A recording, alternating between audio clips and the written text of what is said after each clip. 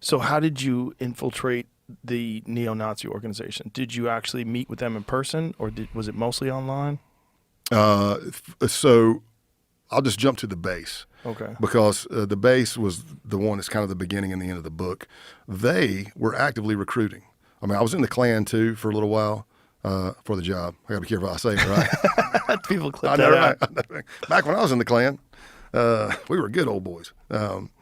But they were recruiting openly online. The base was, and the base is an accelerationist group, and that's what I again. Great detail in the book, in the podcast. But the thing is most people hear white supremacy, they think hoods and robes and crosses on fire, right?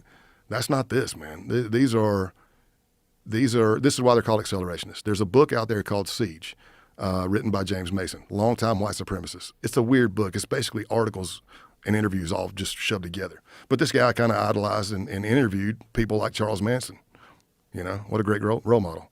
I mean, if you're looking, but he created a group called Atomwaffen, and this is what accelerationism is. Because when I go to infiltrate the base, I'm just answering stuff they're putting out there, emails they're posting on Gab. Save your race, join the base. We're a survivalist group. Email us at thebase_1@protonmail.com. So I started answering that stuff. After about a week or so of emails back and forth asking me everything, my ethnicity, my height, weight, when was my red pill moment, which they kind of use the Matrix theme there. So if they say, when were you red pilled? As a Christ follower, that's the same thing as when I was baptized or when I got saved, right? So if you're an accelerationist or that level of neo-Nazi and they say, what was your red pill moment? You need to know it because it's kind of like the big deal. That's when you said, Right. hate all of the people. So after about a week or so of emails, I get on, they tell me to download the Wire app, similar to WhatsApp. You can call and talk on it and stuff like that and create groups all over it. So I do like about an hour and 15-minute interview panel of like 4 or 5 people asking me all kinds of stuff. I answered best I could, best I prepared for. And then they gave me a 24-hour rest period. So they said, now that you know what we are, we're going to give you 24 hours to think about if you want to be a part of us, and we want 24 hours to think about it. But this is what they told me accelerationism was. They said, accelerationists, they call it siege culture, kind of parlaying off the book, but they do not believe there's a political solution to save the white race. They believe that society is either going to collapse on its own or from man-made events, and they want to speed that up. The group I was in was calling that boogaloo, the boogaloo. And everything always ends with an ethno state. Now, it's not saying the groups that I was in, they weren't going to take over the entire United States, but the group I was in, one section was looking at property and land in the Appalachian Mountains. One section of the base was looking at the upper peninsula of Michigan. One section of the base had property in the Pacific Northwest. So you get in there, you start learning that ideology, but again, in the beginning, I'm just ingratiating. We know they've been saying crazy stuff online, but is it illegal per se? No. But are they planning on taking steps to do some bad things? And that goes back to that domestic terrorism culture. You go in Telegram or whatever, you've got your Terrence and your Breiviks, and they're in there, 4chan, 8chan, and they're posting right before they go and commit all the murders. You know, here I am, I'm going live. Jesus Watch this. Christ. Yeah. So, but imagine being in law enforcement and trying to look at all these thousands of posts and trying to figure out, well, which one's actually going to follow through? Which one is seriously planning on doing something? So you always got to stay vigilant and keep going after it. So what were these guys planning on doing? What was their accelerate moment? Well, per the siege culture, they like to do like guerrilla warfare tactics. So they're against the Charlottesville stuff, being in a group, picket signs, screaming racial slurs, all this stuff. They're against that. They're like, that's stupid. Number one, you're making yourself a target. You're not doing anything. It's more guerrilla warfare tactics where, let's say over here in Austin, power grid goes down. Over here, train gets derailed. Over here, water system's poisoned. Anything to create chaos and killing of anybody left. Anti-fash, non-whites, very anti-Semitic, very, like way more than, it kind of opened my eyes when I started getting into some of these neo-Nazis because for the most part, when I thought racism, I thought white against black, right? But these neo-Nazis groups I was in, man, they are anti-Semitic, man. They cannot stand Jews. Wow. It's like it's sickening if you listen to it. But again, they want that Hitler They want Hitler back. I mean, some of these guys were like talking about concave Earth, hollow Earth. Hitler's still alive. He's in hollow Earth. He's with giant white men who are Anglo white with red hair and 15+ foot tall. And I'm like, and I go, so where are these 15-foot tall white guys? And they're like, well, they're in Middle Earth with Hitler. They're waiting. And I go, for what? If we're going to NBA take contracts. Yeah. Come on, man, let's do this. Let's take this thing down. And sometimes I'm just comical with them. You're like, hey, we're neo-Nazis. Yeah. We're going to get the ethno-state. Yeah. We're ready for the boogaloo. Yeah. We're building our kit. Yeah. Who's going to be Hitler? And everybody goes, ugh. Well, there's going to be one, buddy. Are we going to fight it out right now? Who's going to win this thing? But what happened with the base is a lot of them were into the pagan, and I say this loosely. I have plenty of friends that are pagan. Satru, and they are great people. Love them. What do you mean by pagan? So there's different pantheons, but the most common one is Norse mythology.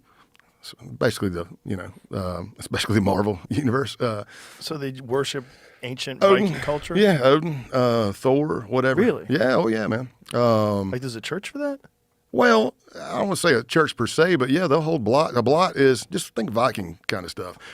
The ones that do it that are serious, they're upset that white supremacists have taken their stuff and used it. But if you look at Hitler, Hitler was already looking into that Norse mythology too. He had looking for Thor's hammer or whatever, the Holy Grail, biblical, and all this stuff. But there's Christian identity, which is making a comeback in the white supremacy realm, not to be confused with Christianity. Christian identity is, if you can wrap your mind around this, a lot of them have it's the dual seed line belief. So they take the story of the Garden of Eden, Adam and Eve, the serpent, and the fruit of the forbidden tree. They take that story and they say, okay, it's still the same, except the fruit of the forbidden tree is a sexual act with the serpent, who is a man of color, also known as Satan. And then when Satan sleeps with Eve, their offspring is Cain, and they are the mud race from then on. That's what they call them, mud race, non-white.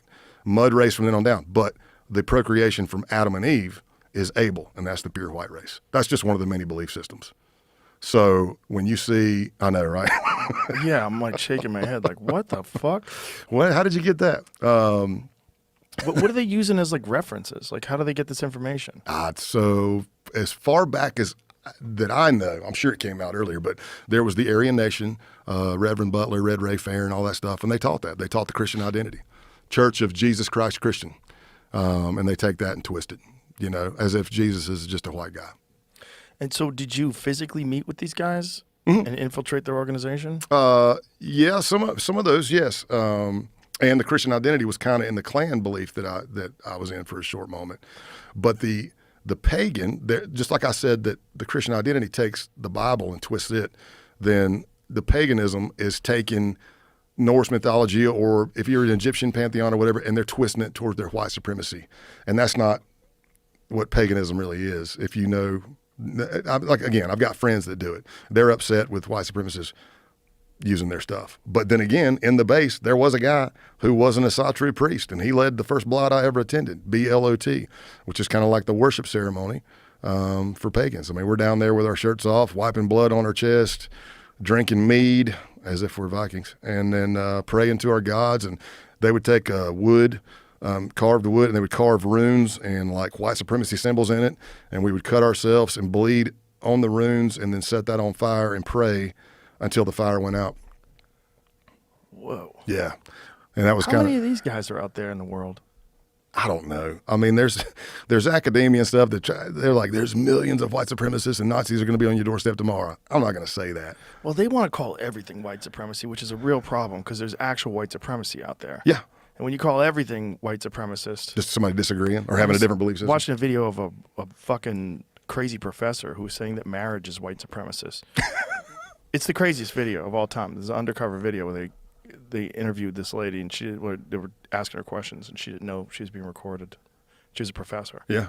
Like marriage is thin privilege, it's white supremacy, it's, male privilege, which leads to white supremacy and white privilege and like just a bunch of gobbledygook nonsense words that she was attaching to just people getting married. Clearly she's not a Christ follower because if you follow the Bible, Yeah. It lays out what marriage is. Yeah, well, she's definitely not. She's Yeah. a kook.